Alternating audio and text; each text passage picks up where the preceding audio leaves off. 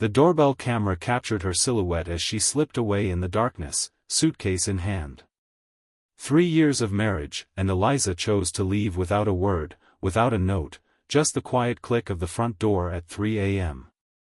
But what Thomas discovered when he reviewed that footage would shatter everything he thought he knew about their life together. Some secrets aren't meant to be uncovered, and some truths change us forever. Hey everyone, if this story resonates with you or touches your heart, please hit that like button and subscribe to see more emotional journeys like this one. Your support means everything, and there's so much more to share with this amazing community. Thomas Mercer stared at his phone, watching the notification from his doorbell camera for the 5th time. 3:07 a.m., motion detected at front door. He hadn't checked it immediately, why would he? He'd been sound asleep beside his wife. Except when he rolled over at 6:30 a.m., her side of the bed was empty. Cold. Eliza, he called out, his voice echoing through their modest suburban home. The silence that answered him felt wrong, heavy with absence. It wasn't until he wandered into the kitchen, expecting to find her making coffee or reading on the porch as she sometimes did during her bouts of insomnia, that he noticed her keys missing from the hook by the door. Her purse gone from its usual spot on the entryway table. That's when he remembered the notification. The footage showed Eliza, her dark hair pulled back in a hasty ponytail, quietly closing the front door behind her. She wore jeans and her favorite navy sweater, the one he'd given her for her birthday last year. A small suitcase rolled behind her as she glanced back at the house once, just once, before walking to her car and driving away. Thomas sank onto the couch, his coffee forgotten on the kitchen counter. They'd gone to bed normally the night before. He'd kissed her goodnight, told her he loved her as he always did. She'd smiled, said it back. Nothing had seemed wrong. Had it? He called her cell phone. Straight to voicemail. Texted her. No response. Called her workplace, only to learn she'd requested a week off, starting today. Information she hadn't shared with him. By noon, panic had settled into his chest like a physical weight. He called her parents, her sister, her best friend Mara. Nobody had heard from her. Nobody knew anything. We had dinner last weekend, Mara said, concern evident in her voice. She seemed quiet, maybe. But not unhappy. Not like she was planning to leave. Thomas hung up and wandered through their home, looking for clues, for a note, for anything that might explain why his wife had packed a bag and slipped away in the middle of the night. Their bedroom looked normal, her clothes still hung in the closet, though he noticed gaps where favorite items used to be. Her toothbrush was gone from the bathroom, along with her essential toiletries. This wasn't impulsive. She'd planned this. In their home office, he found her laptop still on the desk. She never went anywhere without it. Desperate for answers, he opened it, relieved when it unlocked with the password he knew, her grandmother's birthday. The browser history had been cleared.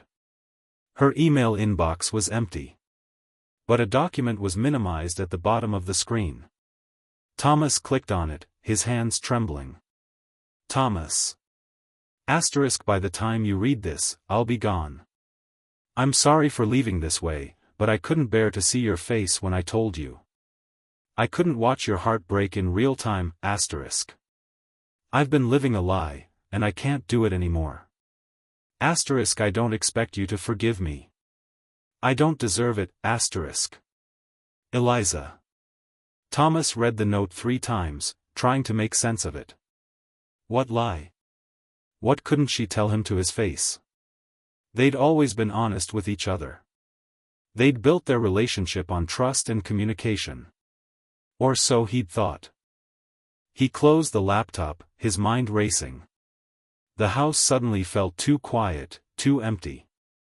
He grabbed his keys and headed for his car, not sure where he was going but unable to stay in the hollow space she'd left behind.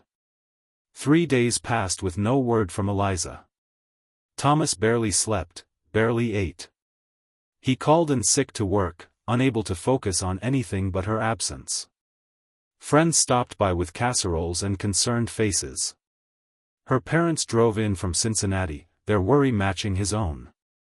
"She's never done anything like this," her mother said, clutching a tissue. "Never." On the fourth day, Thomas was reviewing the doorbell footage again, a masochistic ritual he couldn't stop, when he noticed something he'd missed before. As Eliza walked to her car, a second vehicle was visible at the edge of the frame, parked down the street with its lights off. When she drove away, the other car followed. She hadn't left alone. The realization hit him like a physical blow. Was she having an affair? Had she left him for someone else? The thought made him physically ill, but it would at least explain the secrecy, the middle-of-the-night departure. He zoomed in on the footage, trying to make out the vehicle's details. It was too dark, the car too far away.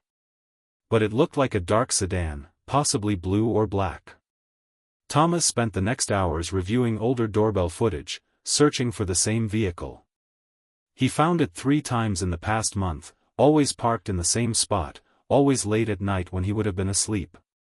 Once, he caught a glimpse of Eliza walking toward it, though the camera lost sight of her before she reached the car. His stomach churned with betrayal and confusion. They'd been happy, or he'd thought they were. They'd been talking about starting a family. Just last month, they'd celebrated their 3rd anniversary with a weekend trip to the coast. She'd seemed present, engaged, in love. Had it all been a performance? On the 5th day, Thomas received a text from an unknown number. *, meet me at Riverside Park. 2 p.m., come alone, *. His heart raced. Eliza? Or whoever she'd left with? He debated calling the police. What if she was in danger? What if someone had forced her to leave? But the thought that he might scare away his only chance at answers stopped him. At 1:55 p.m., Thomas sat on a bench overlooking the river, scanning every face that passed. The park was busy with afternoon joggers and mothers pushing strollers, the early spring sunshine bringing people outdoors after a long winter. Thomas. He turned at the sound of his name. Not Eliza, but Mara, her best friend. She looked terrible, dark circles under her eyes, hair unwashed, wearing clothes that looked slept in. "Mara? Did you text me? Do you know where Eliza is?" She sat beside him, keeping distance between them. "Yes, I texted you. And yes, I know where she is. She's safe." Relief flooded him, quickly followed by confusion. "Why didn't you tell me? I've been out of my mind with worry. Her parents are devastated. Because she asked me not to." Mara looked down at her hands. She needed time. Time for what? "What's going on, Mara? Is she with someone else?" Mara's head snapped up. "What? No. God, no. Thomas, it's nothing like that." "Then what? What lie was she living? Why did she leave in the middle of the night? Who was in that car following her?" Mara sighed deeply. "That was me. I've been helping her prepare." "Prepare for what?" Thomas felt his patience fraying. "Stop talking in riddles. She's sick, Thomas." Mara's voice broke. "She's been sick for months." The world seemed to tilt beneath him. "What are you talking about?" "She's fine. She would have told me if she was sick. She has early onset Huntington's disease." Mara said it quietly, but the words hit like a thunderclap. Her mother had it. Her grandmother too. Eliza watched what it did to them. She swore she'd never put anyone through caring for her the way her father cared for her mother. Thomas felt like he couldn't breathe. Huntington's disease. A progressive, fatal neurological disorder. No cure. No treatment that truly worked. That's why she didn't want children, Mara continued. The risk of passing it on. But she never told you because she didn't want that to be why you chose not to have kids. She wanted it to be a mutual decision. But we've been talking about starting a family recently, Thomas said, his voice hollow. She seemed open to it.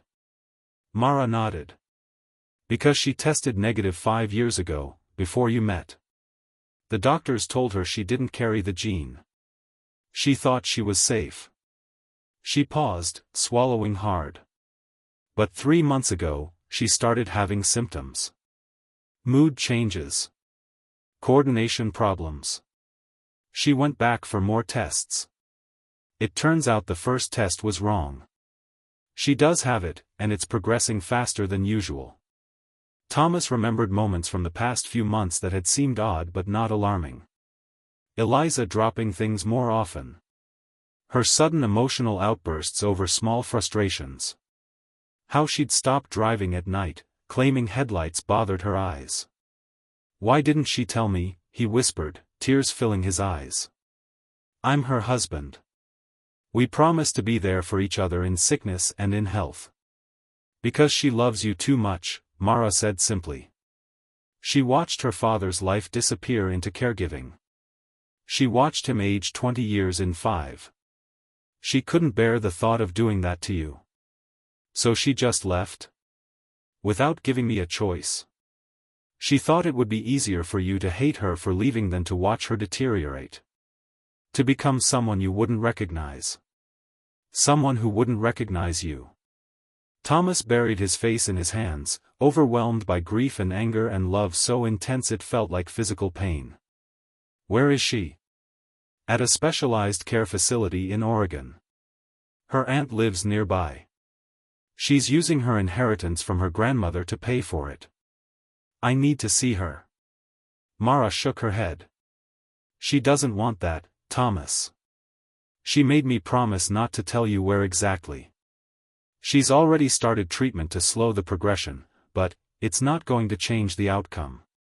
Just delay it a bit. I don't care, Thomas said fiercely. I don't care what she wants. She doesn't get to decide this for both of us. She doesn't get to protect me from loving her. It took Thomas 3 weeks to find her. 3 weeks of calling every specialized neurological care facility in Oregon. Of reaching out to her extended family members, most of whom stonewalled him. Of hiring a private investigator who finally located her aunt's address in a small coastal town. When he arrived at the care facility, a beautiful place overlooking the Pacific Ocean, he half expected to be turned away. But the staff, upon hearing his story, seemed to understand. One nurse in particular, an older woman with kind eyes, took him aside.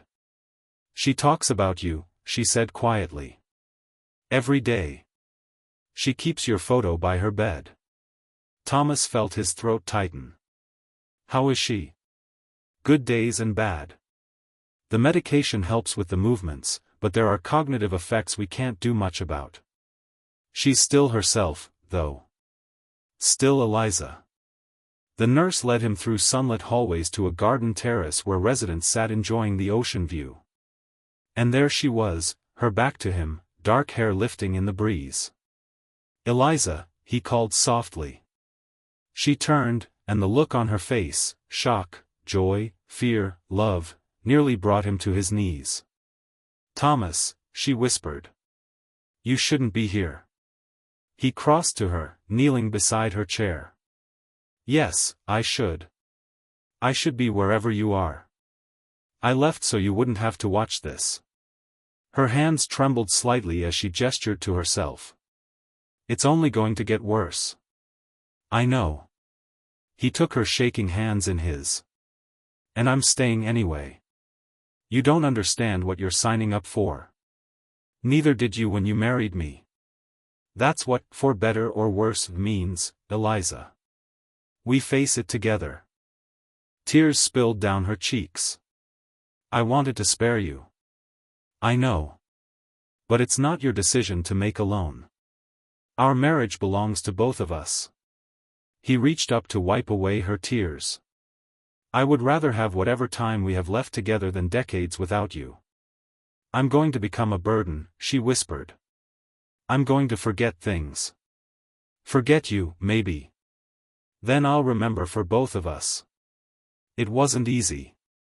Nothing worth fighting for ever is. Thomas relocated to Oregon, finding work he could do remotely. He rented an apartment near the facility, spending every day with Eliza. As her condition progressed, he learned everything he could about Huntington's disease. He joined support groups for caregivers, made friends with the facility staff, became an advocate for research funding. There were beautiful days when Eliza was almost her old self, her mind sharp even as her body betrayed her. They watched sunsets over the ocean, read books together, made new memories to hold against the darkness ahead. There were terrible days too. Days when she couldn't remember what year it was. When frustration at her declining abilities turned to rage. When she begged him to leave her, to find someone whole, someone with a future. "You are my future," he told her each time. "Every day with you is a gift I wouldn't trade for anything." A year after he found her, they renewed their vows in the facility garden, surrounded by staff who had become like family and residents who understood their journey better than most. Eliza had to use a wheelchair by then, and her speech was sometimes slurred, but her eyes were clear and certain as she promised herself to him once more. "I left because I thought loving me would destroy you," she said, her voice stronger than it had been in weeks. "I was wrong. Love doesn't destroy. It builds something that even this disease can't take away." 5 years after that night when Eliza slipped away at 3 a.m., she passed peacefully in her sleep, Thomas holding her hand. She was 34 years old. In those 5 years, they had lived a lifetime. They had loved fiercely in the face of loss. They had found joy in small moments, a shared joke, a favorite song, the way the light hit the ocean on clear mornings. At her memorial service, Thomas stood before their friends and family, his grief raw but his heart somehow whole. "Eliza thought she was protecting me by leaving," he said. "But the real protection would have been never knowing her at all. Never loving her. And that would have been the greatest loss of my life." He paused, looking out at the gathered faces. "We think we want long lives. But what we really want are full ones. Eliza and I had a love story that some people never experience in 80 years. We packed a lifetime into our time together. And if I had to choose between 100 years without her or our too brief time together, I would choose her. Every time." After Eliza's death, Thomas established a foundation in her name, funding research and support services for families affected by Huntington's disease. He became a sought-after speaker, sharing their story to raise awareness and fight the stigma surrounding degenerative conditions. And every year, on the anniversary of the night she left, he watches the doorbell footage. Not with anger or betrayal now, but with understanding. With love. Because sometimes the greatest act of courage isn't staying. Sometimes it's finding your way back to each other, even when the path ahead is uncertain. Sometimes it's choosing love when it would be easier to walk away. Sometimes it's recognizing that the most profound secrets aren't betrayals at all, but misguided attempts to protect the people we love most in this world. If this story touched your heart, please consider supporting Huntington's disease research and the families fighting this battle every day. And remember that love, real love, isn't about perfect circumstances. It's about perfect commitment, even when circumstances are anything but perfect.